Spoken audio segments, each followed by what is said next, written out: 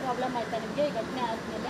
ನಮ್ದು ಏನಾಗಿದೆ ಒಂದು ನೋಡಿ ಇಷ್ಟಾದ್ರೂ ಪುನಃ 1000 ನೋಡಿ ಯಾವುದೋ ಇಂಡಿಯಾ ಟುಡೇ ಎಲ್ಲದಲ್ಲೂ ಬರ್ತಾನೆ ಇದೆ. ಯಾಕೆಂದ್ರೆ ಸುಮ್ಮನಿರಕ್ಕೆ ಬಿಡ್ತಾ ಇಲ್ಲ ಯಪ್ಪ, ಇವ್ರ ಫ್ಯಾನ್ಸ್ ಸುಮ್ಮನೆ ಇರ್ತಾನೆ ಇಲ್ಲ. ಆಯ್ತು ಇಷ್ಟ ಆದ್ಮೇಲೆ ಇಷ್ಟೆಲ್ಲ ಆಗ್ತಿದೆ 4-5 ದಿನದಿಂದ ದರ್ಶನ್ ಅವರು ಈ ಬಗ್ಗೆ ಪ್ರತಿಕ್ರಿಯೆ ಕೊಟ್ಟಿಲ್ಲ, ಕಾಮಾಖ್ಯ ದೇವಸ್ಥಾನಕ್ಕೆ ಹೋಗಿದ್ದಾರೆ.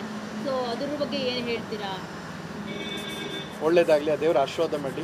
ಅಲ್ಲ ನಿಮ್ಗೊಂದು ಪ್ರಶ್ನೆ ಕೇಳ್ತೀನಿ, ಅದೃಷ್ಟ ಲಕ್ಷ್ಮಿ ಬಂದಾಗ ಬಟ್ಟೆ ಬಿಚ್ಚಿ ಬೆಡ್ರೂಮ್ಗೆ ಹಾಕೊಬಿಡ್ತೀನಿ ಅಂತ ಹೇಳೋದು, ಇಲ್ಲೋ ಕಾಮಕ್ಕೆ ನಮಸ್ಕಾರ ಮಾಡೋದು. ದೇವ್ರು ಒಳ್ಳೇದು ಹಿಂಗೆ ಮಾಡುತ್ತೆ. ಅದೃಷ್ಟ ಲಕ್ಷ್ಮಿ ಮುನ್ಸ್ಕೊಳಲ್ವಾ? ಕಾಮಕ್ಕೆ ದೇವ್ರ ಮೇಲೆ ಮುನ್ಸ್ಕೊಳಕ್ಕಿಲ್ವಾ? ಕಾಮಕ್ಕೆ ದೇವ್ರು ಹೊಲ್ದು ಬಿಟ್ರೆ ಕಾಮಕ್ಕೆ ದೇವ್ರು ಒಲಿಬೇಕು ಅಂತ ಹೇಳಿದ್ರೆ ಅದೃಷ್ಟ ಲಕ್ಷ್ಮಿ ಒಂದು ಹುಡುಗಿನ ಬಟ್ಟೆ ಬಿಚ್ಚಿ ಬೆಡ್ರೂಮ್ಗೆ ಯಾರೇ ಹಾಕ್ತಾರೆ? ದೇವ್ರನ್ನ ಲಕ್ಷ್ಮಿನ ತಗೊಂಬಂದು ಒಂದು ನಿಮಿಷ, ನಂದೊಂದು ಪ್ರಶ್ನೆ ನಿಮ್ಮೆಲ್ರಿಗೂ ಸೀರಿಯಸ್ ಆಗಿ ಕೊಡ್ತೀನಿ.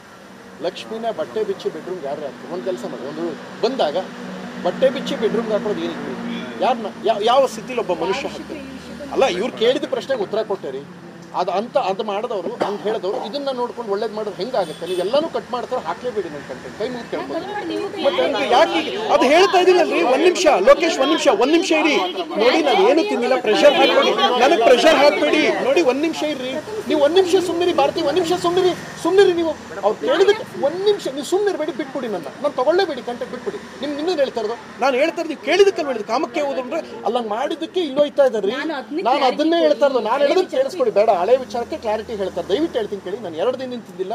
ನನ್ನ ಬಾಯಲ್ಲಿ ಏನು ಬರುತ್ತೋ ಬರೆಸ್ಬೇಡಿ ಪ್ಲೀಸ್. ಪ್ರೆಷರ್ ಹಾಕಬೇಡಿ. ನೀವು ಹಿಂಗೆ ಬರಬೇಕು ಅಂತ ಹೇಳಕ್ಕೆ ಹೋಗ್ಬೇಡಿ. ನನ್ನ ಕಷ್ಟ ನನಗೆ ಗೊತ್ತು.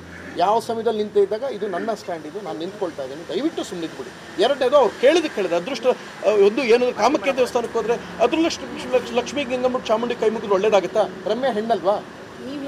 ರಮ್ಯಾ ಹೆಣ್ಣಲ್ಲ ಮತ್ತೆ ಹಂಗಂದ್ರೆ ಬಿಡಿ. ಮತ್ತೆ ಬಿಟ್ಬಿಡಿ ನೋಡಿ. ನನ್ನ ವರ್ಷ ಅಂದ್ರೆ ನಾನು ಹೇಳಿದ್ದೀನಿ, ಅದಕ್ಕೆ ನೀವು ಗೊತ್ತೇ ವಾಪಸ್ ಕೇಳ್ಬಿಡಿ. ನೀವು ಅರ್ಥ ಮಾಡ್ಕೋತಾ ಇಲ್ಲ. ನೀವು ಅಷ್ಟೇ, ಒಬ್ಬ ಕಷ್ಟ ಮನುಷ್ಯ 2 ದಿನದಿಂದ ಊಟ ಮಾಡಿಲ್ಲ, ಅವ್ನ ಕೋಪದಲ್ಲಿ ಏನೋ ಬರ್ತಾ, ಅದು ನೀವು ಅರ್ಥ ಮಾಡ್ಕೋತಾ ಇಲ್ಲ.